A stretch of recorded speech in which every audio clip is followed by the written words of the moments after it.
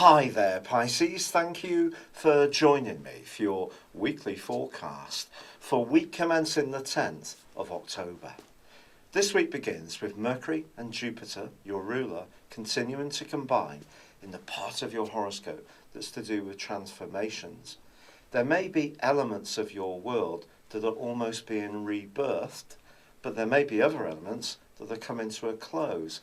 But ironically, the things that are about to go are not necessarily going to be those things that you will be particularly upset about. For example, it could be a source of income that's been important in the past could be replaced by something better, more consistent and more uplifting.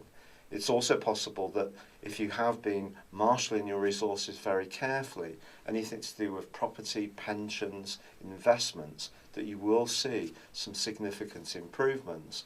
You can also gain from the people that you're closely involved with, whether that's a business partnership or a personal one. With Mercury combining with Jupiter, there is also a sense that where relationships are deep and meaningful, they can grow even more. But the converse can be true, and that's where the 8th house energy comes in. And with Mercury combining with Saturn in the second half of this week, I feel you do need to be realistic about all of this. Although Jupiter is going to give you a sense of uplift and exuberance, you still need to be gritty, and Mercury's angle with Saturn can help you to do precisely that. And if you are dealing with anyone official, important, you're talking about raising finance or running businesses, you can marshal the uplift and positivity that Mercury's conjunction with Jupiter gives you, but ally it to a real sense of self-discipline and delivering things in a very structured way. Now, from the middle of this week, there can be some surprises. Your ability to have some light bulb moments when it comes to how you approach using your resources is going to be increased. So don't be surprised if you sit up in the middle of the night with a blindingly good idea. But equally, maybe there are going to be one or two costs you're not expecting, but I think it's around your love life that the second half of this week can be so fascinating. The electric energy of Uranus opposite the Sun is going to be behind this.